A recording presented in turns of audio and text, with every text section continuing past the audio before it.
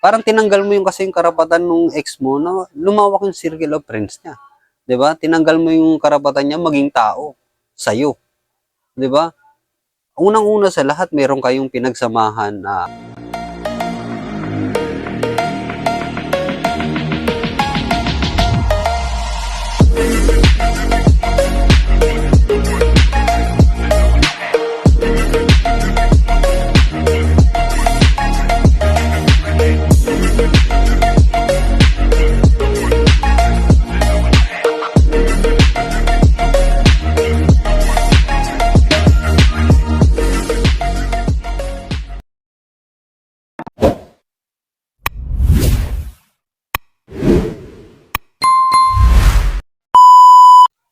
So, ayun, isang magpagpalang gabi na naman sa inyong lahat, mga classic. So, ayun na, wala tayong grind ngayong gabi. So, nagkaroon tayo ng oras para makapag-video muli. At syempre, magre-react lang tayo ngayong gabi tungkol sa isa sa napanood nating video last week. Last week ko pa napanood to actually. Wala lang tayong oras makapag-react at gumawa ng video. Regarding sa sinabi ng isa sa mga vlogger na si Sir Marvin, no? But then again, iuuna ko muna sabihin na I admire Sir Marvin, no? Napakalawak niya mag-isip at syempre, marami akong video niya na napanood at lahat 'yon ay na-convince niya ako na totoo yung sinasabi niya, no? She's being honest with her sabi nga with his sayings, no? Nagiging totoo siya sa lahat ng mga sinasabi niya. But this video na ipapakita ko sa inyo, let's say I don't agree. I don't really agree sa sinabi niya dito sa video na to, no? Pero bago 'yon, syempre bago tayo magkomento kagaya ng dati, ipapakita din muna natin yung video. Kagaya ng natural nating ginagawa, no? Pinapakita muna natin. So pakita muna natin yung kanyang video at tsaka natin lagyan ng sarili kong opinion. So, totally, sinabi niya naman ni Sir Marbs yung kanyang opinion. So, it's time for us to say our opinion. Ika nga, kailangan natin din sabihin yung opinion natin. Totally, siya din naman nagsabi na i-do it daw, stitch, i-do it yung kanyang video, okay lang din daw sa kanya. So, by request. Okay, sige. I-do it natin. Okay, no? Pero bago yon, panoorin muna natin mga classic. Let's go! Sabi nung iba, okay lang daw na kaibigan mo pa rin yung ex mo. Pag-uusap kayo ulit in a casual way. Magkikita kayo. Banding ulit. Kahit in relationship ka pa. Kahit may jowa ka na. No fucking way! Sino may sabi nung dadagukan ko? Sabi nila kasi pagka friends daw kayo ulit nung ex mo, okay lang daw yon, it's a sign of maturity. But that is not a good sign to be a responsible partner. Oo, walang nagsasabi nito eh. Walang nag-open up nito. Ex ko na naman yun. Nag-chat lang, may pinag-usapan lang kami, tsaka okay lang naman yun. Wala nang feelings yun. Ikaw ang mahal ko. Napaka-immature mo naman. To think na may masasabi ka ba porkit nagkausap lang kami nung ex ko. Talaga ba? Brothers and sisters, pag ex na, napakaraming taong pwede mong kausapin. Napakaraming taong pwede mong i-entertain ulit. Bakit ex mo pa? Sige, papaliwanag ko. Tatanungin kita, okay lang ba sa'yo yung partner mo, kausap niya pa rin ex niya? Siyempre, sasagot ka. Di, okay lang naman yun. May tiwala naman ako sa kanya eh. Ex niya na naman yun. Wala na yun sa kanila. Oo, yun ang isasagot mo. Pero may kurot pa rin sa puso mo. May bumabahala sa'yo. May bumabagabag sa'yo. Sa kasulok-sulukan ng puso mo, sa kadilim-diliman ng puso mo, may bumubulong doon. Tangina, bakit kinakausap mo pa yan? Nandito ako. Bakit kailangan kausapin mo pa siya? Bakit kailangan i-entertain mo pa siya? Bakit kailangan magkaibigan pa kayo ulit? Diba? Ayaw mong i-admit yun sa sarili mo kasi ayaw mong masabihan kang immature. Pero karapatan mo yun. Karapatan mo magselos pa din. Karapatan mong masaktan pa din. Marami nga apela sa video na to. Go. Stitch nyo, do it nyo. Let me hear your thoughts. Pero isa ako sa mga taong naniniwala na hindi mo na kailangan kausapin pa yung ex mo. Hindi porket di mo na siya kinausap, bitter ka sa kanya. Pinapangalagaan mo lang yung relationship mong bago.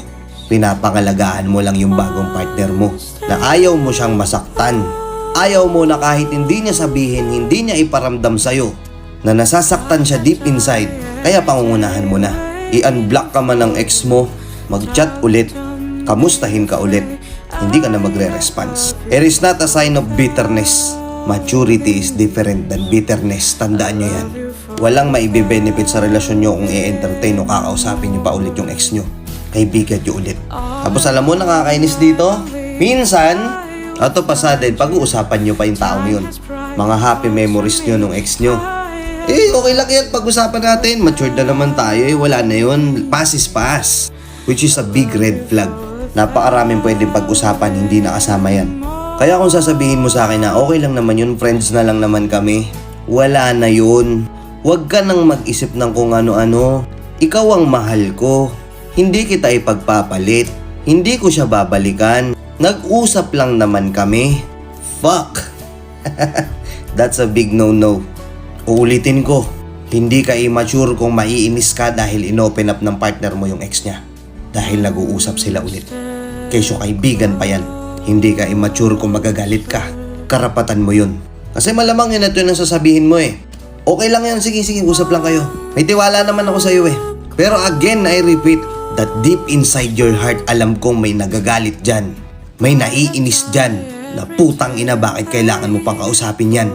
Ikaw tatanungin kita. Mas mahalaga ba na maging okay kayo, friends kayo ulit ng ex mo? O masira yung relasyon nyo ng partner mo? Priority mo ba yon? At least friends na kami ulit, wala nang feelings. Closure. Nag-break na kayo, that is enough. End of the line. Cut off na. Hindi na kailangan maging friends pa kayo ulit. Kaya nga kayo naghiwalay kasi naging toxic kayo sa isa't isa, may naging problema kayo. Di ba nagpa-flashback yon yung mga reason kung bakit naghiwalay kayo? At kailangan mag-usap kayo ulit? Wala ka nang pakialam sa magiging mararamdaman ng partner mo? Tapos katwiran mo ngayon? Di, open lang naman kami ng partner ko sa isa't isa, okay lang naman siguro yun. Oo, tingin mo okay lang sa kanya yun, pero hindi. Hindi okay sa kanya yun. Nagets nyo? Alam ko halo-halo magiging comment dito sa comment section. I know you people. Kaya nalalaman ko dito sa comment section kung sino yung nakakaintindi sa hindi. Kung sino yung mature sa immature. Pero kayo, what are your thoughts? Okay lang ba? Okay lang ba nakausapin at kaibiganin mo ulit yung ex mo kahit may partner ka na? Tingin mo hindi siya masasaktan kahit konti? Comment mo dito. Let's go and peace out. So, ayun mga kaklasik, napanood natin yung video ni Sir Marbs. Again, no? I admire Sir Marvin, ano? Hindi ako magsasalita ngayon bilang si Classic Rebel, magsasalita po ako ngayon bilang si Kuya Moto, no?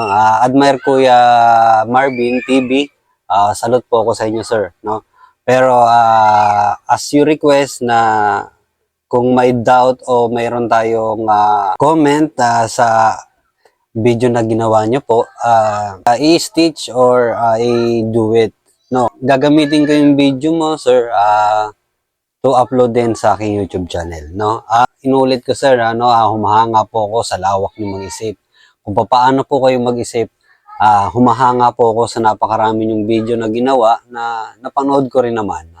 Dito lang sa video na to, medyo magre-react tayo ng konti, sir. So, ang topic po kasi natin dito, mga kaklasik, between friendship and relationship. So, let's fix to that. Friendship and relationship. No? Wala po tayong lalabasan sa dalawa na to. Sabi ni Sir Marbs, okay lang nga ba na makipagkaibigan o magkaroon pa ng komunikasyon sa mga naging ex natin? Even if na meron na tayong karelasyon. Inulit ko lang po yung sinabi ni Sir Marbs, no? Ang sabi ni Sir Marbs, hindi na okay. Ganun yung kinalabasan ng sinabi niya. Hindi na okay kasi sabi niya, kung sino magsasabi na okay, dadagukan niya. Do it, Sir Marbs. Dagukan mo ako kapag sinabi kong mali ka dyan. No, okay. Okay, ngayon pa lang, sir, sabihin ko na sa'yo, mali ka dyan. Friendship and relationship is different. Magkaiba po yan, sir. Relationship, ayan po yung relasyon mo with your partner. Huwag din nating ilalabas yung pagiging friendship. Kasi parte ng pagiging tao natin, yung relationship at yung friendship. Hindi to tayo mabubuo bilang tao kung wala yung isa sa mga yan. Bakit ko sinasabi to, Sir Marbs? Kasi gusto ko mag-fix tayo sa dalawa. Kasi kung lalabas tayo sa dalawang to, lalo lang tayong hindi magkakaintindihan. Friendship and relationship. Okay. Okay nga lang ba? Para sa akin, sarili ko ng komento naman, okay lang. As long na alam mo sa sarili mo na hanggang friendship ka lang doon sa ex mo. Not unless kung pumapasok sa isip mo, Sir Marbs, na you want to commit again with your ex relationship to having affair. Kung nga, gugustuhin mo na magkaroon na naman ng affair doon sa ex mo. Doon tayo nagkakaroon ng diferensya. No? Doon mo sinasaktan yung present relationship mo. Pero hindi ibig sabihin nun, Sir Marbs, na hindi na okay. It's okay. It's okay. It's really okay na maging friendship kayo. Kasi friendship nga lang eh. Fix tayo doon, sir. Friendship. No? Let's fix to that. No, wag tayong lalabas doon. Ngayon, sabi mo, kahit hindi mo sabihin, kahit hindi sabihin ng partner mo na mayroong kumukurot, may kumukurot, no? Sa puso ng karelasyon mo. Okay. Sige, Sir Marbs, ganito na lang. Napakasimple. Ngayon, ano ba ang bumubuo sa isang relasyon? Himayin natin.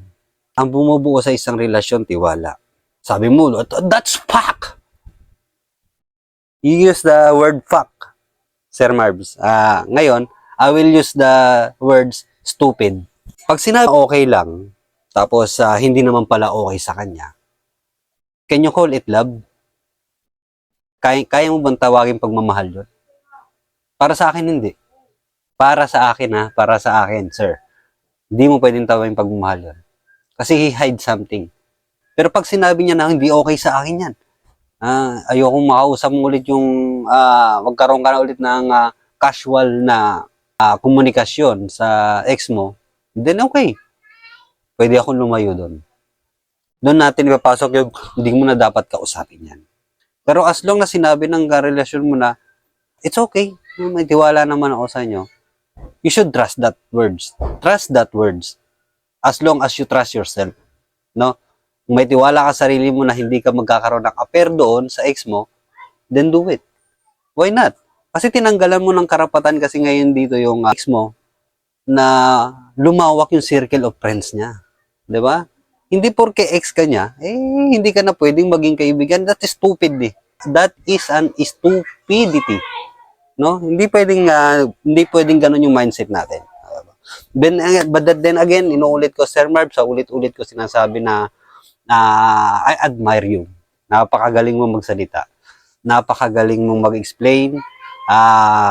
Napakalawak mong mag-isip. Dahil doon, I admire you. No? Napakalawak mong mag-isip. But then again, doon sa video mo na to, inuulit ko po, I disagree dito sa video na to. Kasi, pero kung magpipix lang tayo sa pagiging magkaibigan ninyo, inuulit ko, sir, walang masama. Inuulit ko, no? Pero kung deep inside you, sir, sa isip mo, na merong pang sumusundot sa puso mo, na gusto mo pa rin communicate dahil gusto mo ng affair sa ex mo, yun ang mali. Di ba? Yun ang mali, sir. Pero kung fix tayo sa friendship, walang mali doon. Not unless kung nag-uusap kayo ng girlfriend mo at nagiging honest sa sinasabi niya na hindi okay sa akin, magsiselos ako. Well, dapat gano'n naman talaga. Di ba? Hindi okay yan kasi magsiselos ako. Then, tsaka magkaroon dumistansya doon sa tao na makakasira sa relasyon nyo, no? Pero wag mo agad yung pangungunahan yung karelasyon mo na sinasabi mo na, alam ko, deep inside, may kumukurot. That's stupid. No? That's stupid.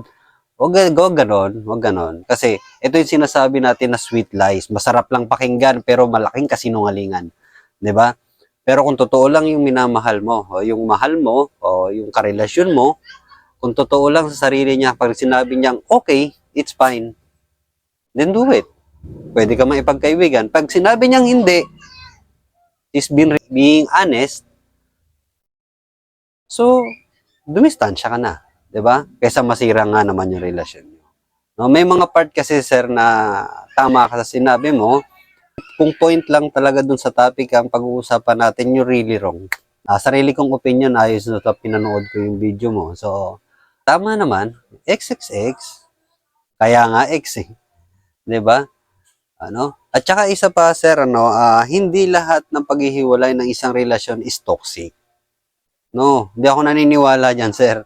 May mga experience din tayo na wala namang naging toxic sa pagsasama ninyo, no? Katulad ako, halimbawa na experience ko, wala namang naging toxic. Napalayo ako, walang source of communication noon. Wag na natin sabihin kung anong taon niya para wala talaga akong source of communication nun hanggang sa mga ilang taon ako nakalipas na 4 to 5 years yata yun. Tsaka ako bumalik dito sa lugar. Nalaman ko na meron ng asawa yung ex ko. Sabi na nating ex kasi nawala nga yung komunikasyon namin, no? Communication is the best para sa isang relasyon. Okay, although wala kaming closure, yun nga, ex na lang. Kasi nga, nagkaroon na siya ng asawa. So, pero hindi ko, porque may asawa siya, mistap kami bilang magkaibigan. We still on the stage of friendship. No? At alam naman ng asawa ko yan. Alam naman ng asawa ko, yung mga naging girlfriend ko is kaibigan ko hanggang ngayon. Yung iba nga, kabiroan ko pa sa FB, and I'm open of that. No? As long as I know to myself na hindi ako papasok sa isang lugar na kung saan magkakaroon ako ng affair sa ex ko. Trust, ika nga. Asawa ko okay doon. At ganun din naman ako sa kanya. Yung sa dati niyang asawa na kung makikipag-usap siya, hanggang ngayon nakikipag-usap siya sa dati niyang asawa At trust him. I trust him na hindi siya gagawa ng kanumang igagagalit ko. No? Yun yung pagmamahal na tinatawag. Although minsan mayroon kami mga pag-aaway na financial, hindi naman maiwasan na financial ng pag-aaway. That's not part of yung pinag-uusapan natin ngayon. Pero sinasabi ko lang kasi maraming ways ng pag-aaway. No? Ibig ko sabihin dito, Sir Marbs, hindi porke nakipagkaibigan ka sa ex mo, sinisira mo yung relasyon mo sa present relationship mo. No? Hindi ganoon. Mali yun. It's okay. It's really okay. Parang tinanggal mo yung kasi yung karapatan ng ex mo na lumawak yung circle of friends niya. 'Di ba? Tinanggal mo yung karapatan niya maging tao sa'yo. 'Di ba? Unang-una sa lahat, meron kayong pinagsamahan na mas mauna mo siyang nakilala no? Pero hindi ibig sabihin nun, Sir Marbs, niloloko mo yung present relationship mo. No, hindi ganon. Ang pangit lang ng dating na pinangunahan mo na yung nararamdaman ng partner mo, which is wrong, no? Kaya nga kayo magkaibang individual para alamin yung kalakasan at kahinaan ninyong dalawa, yun yung para alamin nyo sa isa't isa. Although kami ng asawa ko, 13, 12 years na kami magkasama, we're not stop knowing each other every day. No? Hindi kami humihinto na kilalanin yung isa't isa araw-araw. Kasi magkaibang individual kami. No? Iba ako, iba siya. 'Di ba? Iba yung nararamdaman ko, iba rin din yung nararamdaman niya. So, kailangan naming pagsamahin yon, no? Kailangan namin makilala yung isa-isa araw-araw. Hindi porke nakilala mo na siya noon, kilala mo na siya hanggang ngayon. No, ang tao kasi na nagmamatured, no? Ika nga nagmamatured. Kailangan mo pa rin yung araw-araw mo pa rin kilalanin. Kahit yung sarili mo, araw-araw mo pa rin kinikilala Hanggang ngayon nga, di ba? Yung sarili ko, araw-araw kong kinikilala. No? Anong ibig ko sabihin dito, Sir Marbs? Hindi kasi natin pwede sabihin na kilala na natin. Masasaktan siya. Kilala ko to, masasaktan siya. No, wag mong pangunahan. No? Know him better. No? Always communicate. Kausapin mo siya. Ngayon, kung ano yung ayaw niya, hindi wag mong gawin. Kung gusto niya at sinabi niya, okay lang, then do it. Diba? Kasi kung nagsinungaling man siya sa sarili niya na sabi niya, okay lang kahit hindi, problema niya yon. Hindi mo problema yon. Diba? Inuulit ko, magkaiba kayong individual. Kaya nga, pumasok kayo sa isang relasyon para kilalanin nyo araw-araw yung inyong mga sarili. No? Pero para pangunahan mo, yung sabihin, yung mararamdaman niya, hindi, masasaktan yan. Ang lakas naman ng bilib mo sa sarili mo, sir. Di ba? Hindi ganon. Kilalanin mo muna. Kilalanin mo, araw-araw, minuminuto yung partner mo. Binanggit mo pa dito na Sa comment section, malalaman kung sino yung mature at immature. What do you think, sir? Sa naging mature ka kaya doon sa sinabi mo na hindi na kailangan? Okay, so let's say hindi na natin kailangan maging friends yung ex natin. Okay, hindi ibig sabihin nun ay hindi mo na pwedeng maging kaibigan. Magkaiba kasi yung hindi na kailangan sa hindi pwedeng maging, 'di ba? Magkaiba kasi 'yon. Pwede mo pa rin siyang maging kaibigan kung doon ka lang pipik sa magkaibigan. Pero not unless, inuulit ko, kung papasok sa isip mo yung magkakaroon ka ulit na relasyon sa ex mo na kahit na meron kang bagong relasyon, yun ang mali. Pero doon sa pagiging magkaibigan, fix tayo doon. Magkaibigan, it's fine. Wala namang masama doon. 'Di ba? Kaya mo nga naging ex, ikaw nga nagsabi, 'di ba? Sabi mo nga naging toxic sa isa't isa. Okay. Okay, sige. Naging toxic sa isa't isa.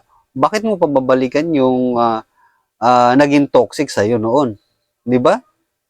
It's okay to be friends, pero yung magkaiba na yung sinabi mo na kaya nga kayo naghiwalay kasi naging toxic kayo sa isa't isa. Bakit mo pa babalikan yung nagto-toxic sa isa't isa, 'di ba? So, yun again na mga kaklase, Caster Marbs, hindi ko na masyadong papahabain na sinundutan ko lang ng kaunti, hindi ko lalalahatin. Pero yun nga, I admire you, napakagaling mo mag-isip, napakalawak mo mag-isip. I salute you. So, yun, kayo mga kaklasika, kayo na po ang maghimay ng iba. So, yun, so long. Rise and grind.